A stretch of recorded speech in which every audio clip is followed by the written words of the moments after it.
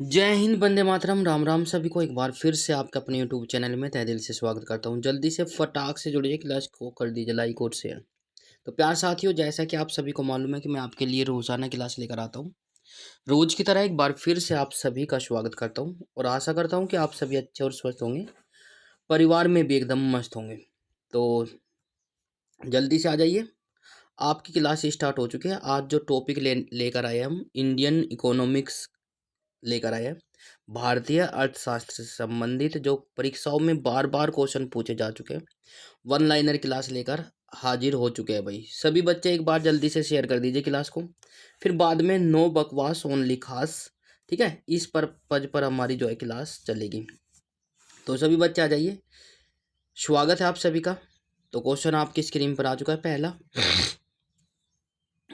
क्या कहता है, योजना आयोग द्वारा भारत की 2020 ईस्वी तक विकसित राष्ट्र बनाने के उद्देश्य से तैयार किया गया दृष्टिपत्र क्या था। एक बार क्वेश्चन को दोबारा से रिपीट कर देता हूँ। हालांकि योजना आयोग को समाप्त कर दिया गया था, ठीक है ना, उसकी जगह कौन सा आयोग बनाया गया है वो आप लोगों को बताना है। योजना आयोग द्वारा भारत को 2020 तक विकसित राष्ट्र बनाने के उद्देश्य से तैयार किया गया दृष्टिपत्र क्या है। तो प्यार साथियों, आंसर आपकी स्क्रीन पर आ चुका है, इंडिया विजन 2020। इंडिया विजन 2020 हो जाएगा। दूसरा क्वेश्चन आपकी स्क्रीन पर आ चुका है साथियों, अर्थशास्त्र के उदासीनीकरण का अग्रदूत किसको कहा जाता है। मोस्ट इंपॉर्टेंट है, आ चुका है, जल्दी से बताएं भाई। अर्थशास्त्र, भारतीय अर्थशास्त्र के उदासीकरण का अग्रदूत किसे कहा जाता है। तो प्यार साथियों, डॉक्टर मनमोहन सिंह को कहा जाता है, ठीक है, इंपॉर्टेंट है भाई, डॉक्टर मनमोहन सिंह को कहा जाता है। अगला क्वेश्चन आपकी स्क्रीन पर आ चुका है साथियों, भारत में पहली पंचवर्षीय योजना कब शुरू की गई। मोस्ट इंपॉर्टेंट है, जल्दी से बताएं भाई। शाबाश, बहुत बढ़िया। भारत में पहली पंचवर्षीय योजना कब चलाई गई थी, तो आप लोगों को बताना है, बिल्कुल शाबाश। समय समाप्त। तो 1 अप्रैल 1951 से कब तक का थी, 5 साल योजना रहती है एक पहली पंचवर्षीय योजना यह कार्यकाल जो यदि बात करें पंचवर्षीय योजना का कितना था, 5 साल का था। तो 5 साल से कब तक का थी, तो वो आप लोगों को बताना है।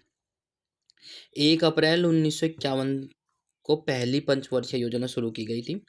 अगला क्वेश्चन कई बार पूछा गया, बुल एंड बियर शब्द किससे संबंधित है। मोस्ट मोस्ट मोस्ट इंपोर्टेंट है, जल्दी से बताइए सभी बच्चे, जितने भी साथी, जितने भी दोस्त हमारे साथ जुड़े हैं, बिल्कुल आगामी सभी परीक्षाओं के लिए महत्वपूर्ण क्लास है।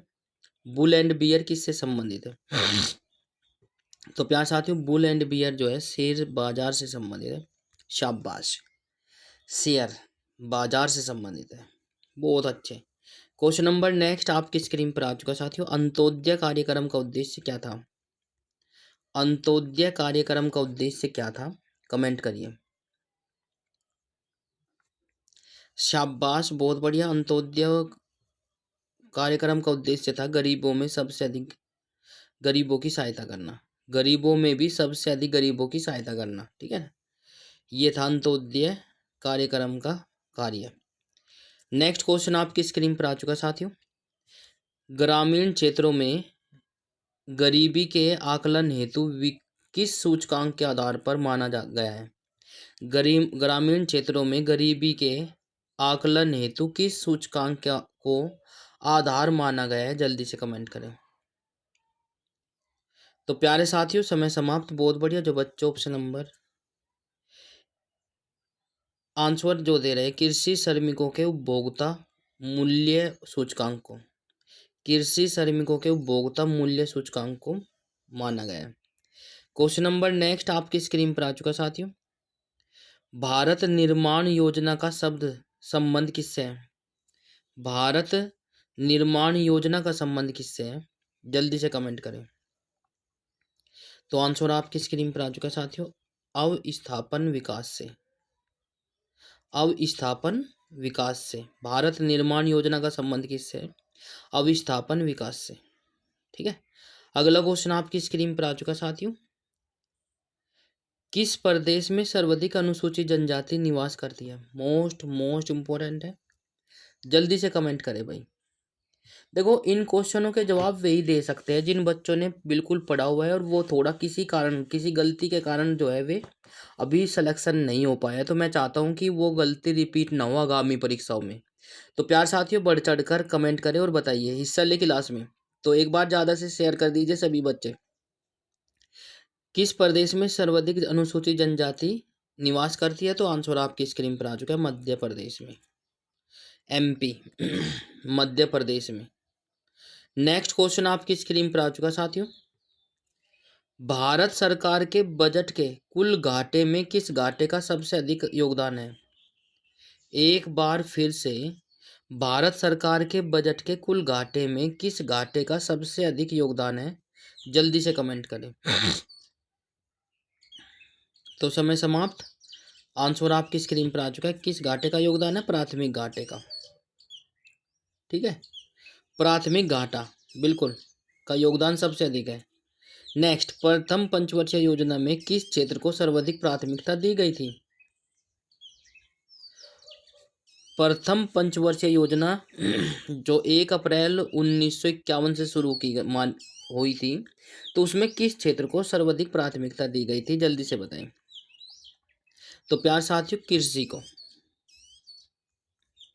कृषि को सबसे ज़्यादा प्राथमिकता दी गई थी, राइट।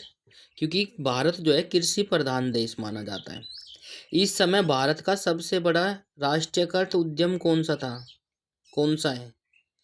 इस समय भारत का सबसे बड़ा राष्ट्रीयकृत उद्यम कौन सा है? जल्दी से बताइए भाई। इस समय भारत का सबसे बड़ा राष्ट्रीयकृत उद्यम कौन सा है? तो समय समाप्त। आंसर आपकी स्क्रीन पर आ चुका है। सबसे बड़ा राष्ट्रीय उद्यम है भारतीय रेलवे। भारतीय रेलवे। नेक्स्ट क्वेश्चन आपकी स्क्रीन पर आ चुका है साथियों। बजट घाटा का क्या अर्थ है? ये इकोनॉमिक्स क्लास है भाई, इकोनॉमिक्स की क्लास है। तो मैं चाहता हूँ कि इससे संबंधित यदि क्वेश्चन आपको एग्जाम में फंस जाता है तो आप लोग बिल्कुल घबराए नहीं, ऐसे ही क्वेश्चन पढ़ेंगे। कुल पर प्राप्तियों एवं कुल खर्चे में अंतर। कुल प्राप्तियों एवं कुल खर्चे में अंतर बजट घाटे का अर्थ ही है भाई। जितना प्राप्त किया और जितना हमने खर्च किया उनका अंतर जो है कुल बजट घाटा कहलाता है। अगला क्वेश्चन आपकी स्क्रीन पर आ चुका है साथियों। भारतीय रिजर्व बैंक की स्थापना कब हुई थी? भारतीय रिजर्व बैंक की स्थापना कब हुई थी? जल्दी से कमेंट करें। शाबाश, बहुत बढ़िया। जो बच्चे ऑप्शन नंबर 1 अप्रैल 1935 दे रहे हैं वो सही हो जाता है। आरबीआई, बैंकों का बैंक, बैंकों का पापा जिसको कहते हैं वो उसे आरबीआई कहते हैं भाई, रिजर्व बैंक ऑफ इंडिया। ठीक है, भारतीय रिजर्व बैंक की स्थापना कब की गई थी? वो 1 अप्रैल 1935 में। नेक्स्ट क्वेश्चन आपकी स्क्रीन पर आ चुका है साथियों। भुगतान संतुलन के विपरीत होने की दशा में कौन सा कदम स्थिति स्थिति सुधारने में सहायक होगा? जल्दी से कमेंट करें। भुगतान संतुलन के विपरीत होने की दशा में कौन सा कदम स्थिति सुधारने में सहायक होगा?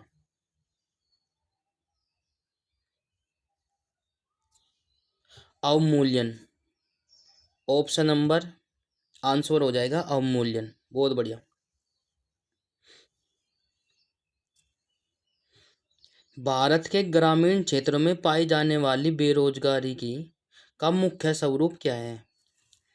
भारत के ग्रामीण क्षेत्रों में पाई जाने वाली बेरोजगारी का मुख्य स्वरूप क्या है? जल्दी से कमेंट करें। तो प्यारे साथियों, समय समाप्त बिल्कुल। जो बच्चे ऑप्शन नंबर आंसर दे रहे हैं प्रजनन। ठीक है, बहुत बढ़िया।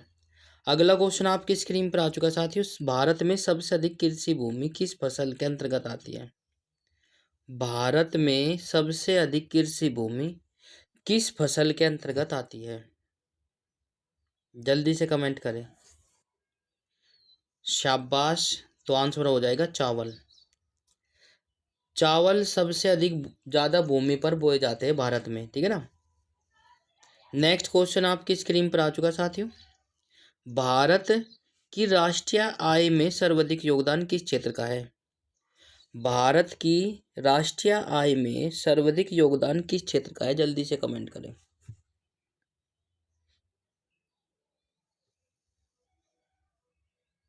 तो प्यारे साथियों, समय समाप्त। बहुत बढ़िया। जो बच्चे ऑप्शन आंसर दे रहे हैं विनिर्माण क्षेत्र का।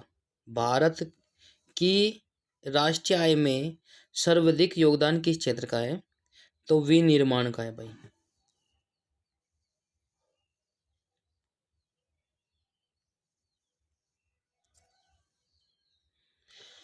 पंचवर्षीय योजनाओं के इतिहास में भारत की सर्वाधिक असफल योजना किस योजना को माना जाता है? पंचवर्षीय योजना के इतिहास में भारत की सर्वाधिक असफल योजना को किस योजना को माना जाता है? जितनी भी पंचवर्षीय योजना हुई है उनमें सबसे सर्वाधिक असफल योजना किस योजना को माना जाता है? जल्दी से कमेंट करें।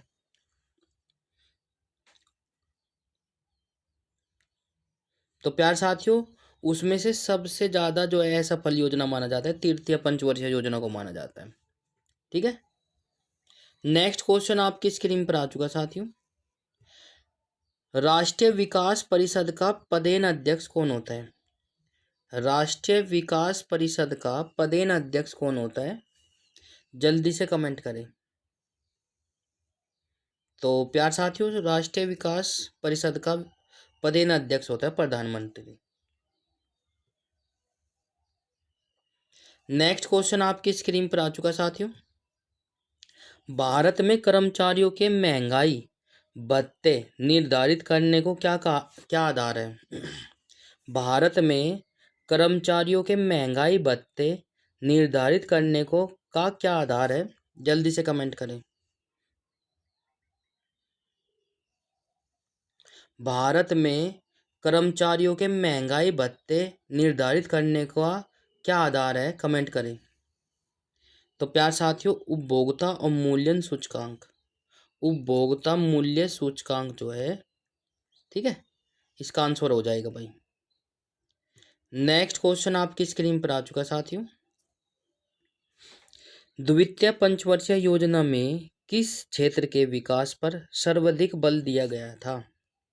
द्वितीय पंचवर्षीय योजना के किस क्षेत्र के विकास पर सर्वाधिक बल दिया गया था?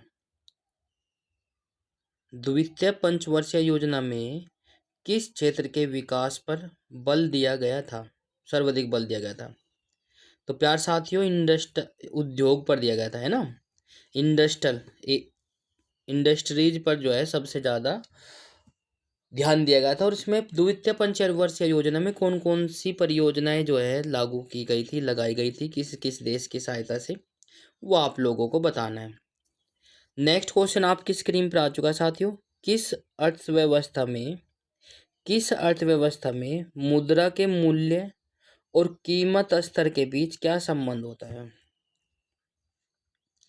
किस अर्थव्यवस्था में मुद्रा के मूल्य और कीमत स्तर के बीच क्या संबंध होता है? कमेंट करें। तो प्रतिलोम संबंध होता है। क्या होता है भाई? प्रतिलोम संबंध होता है। नेक्स्ट क्वेश्चन आपकी स्क्रीन पर आ चुका साथियों। अंडा उत्पादन में भारत का विश्व में कौन सा स्थान है? अंडा उत्पादन में भारत का विश्व में कौन सा स्थान है? कमेंट करिए। तो प्यारे साथियों, समय समाप्त। जो बच्चे ऑप्शन नंबर आंसर दे रहे हैं थर्ड, भारत में अंडा जो उत्पादन किया जाता है उसमें जो है भारत का विश्व में कहाँ स्थान है? तीसरे नंबर पर है भाई। नेक्स्ट क्वेश्चन आपकी स्क्रीन पर आ चुका है साथियों। 10वीं पंचवर्षीय योजना के अंतर्गत कितने प्रतिशत वार्षिक विकास दर का लक्ष्य निर्धारित किया गया था? 10वीं पंचवर्षीय योजना के अंतर्गत कितने प्रतिशत वार्षिक विकास दर का लक्ष्य रखा गया था? कमेंट करें भाई। शाबाश, बहुत अच्छे। तो आंसर आपकी स्क्रीन पर आ चुका है साथियों। 8% का लक्ष्य रखा गया था। नेक्स्ट क्वेश्चन आपकी स्क्रीन पर है साथियों। भारत के प्रचंड बेरोजगारी सामान्यतः किस क्षेत्र में दिखाई देती है? एक बार फिर से, भारत में प्रचंड बेरोजगारी सामान्यतः दिखाई किस क्षेत्र में देती है? कमेंट करिए। ठीक है, तो समय समाप्त। तो कृषि के क्षेत्र में भाई आंसर हो जाएगा कृषि के क्षेत्र में। तो इसी के साथ यदि आपको क्लास अच्छी लग रही है तो क्लास को लाइक शेयर कमेंट्स और चैनल को सब्सक्राइब जरूर कर ले। घंटे का बटन अवश्य प्रेस करें ताकि आपको समय पर नोटिफिकेशन मिलता रहे। और प्यार साथियों, संडे वाले दिन जो है आपकी मैराथन क्लास होगी, उसमें जो है आपके बहुत सारे पॉइंट होंगे, अलग अलग पॉइंट पर अलग अलग क्वेश्चन होंगे। ठीक है ना, टेंशन मत लेना। और फिर लास्ट में आपको देखना है कितने क्वेश्चन आप लोग सही कर पाते हैं, कितने गलत। ठीक है, तो ये जरूर बताना है आपको। यदि आपको क्लास अच्छी लगी है तो क्लास को लाइक शेयर जरूर कर दें। और आप वन लाइनर क्लास लेना चाहते हैं तो चैनल को फॉलो जरूर करें, सब्सक्राइब जरूर करें और ज़्यादा से ज़्यादा शेयर करें ताकि और साथी भी हमारे साथ जुड़ सके। दूसरी बात मैं आपको बता दूं, बिना मेहनत के यदि आप लोग सक्सेस होना चाहते हैं तो ये आप लोग अपने माइंड से निकाल दीजिए। आपको मेहनत करनी पड़ेगी, बिना मेहनत को आपको नहीं मिलने वाला है। ठीक है, तो आप लोगों से रिक्वेस्ट है कि सभी जो है ज़्यादा से ज़्यादा मेहनत करें। जब आपके हाथ में है मेहनत करना तो आप लोग करते क्यों नहीं? ठीक है ना, तो धन्यवाद। जय हिंद, वंदे मातरम, राम राम सभी को।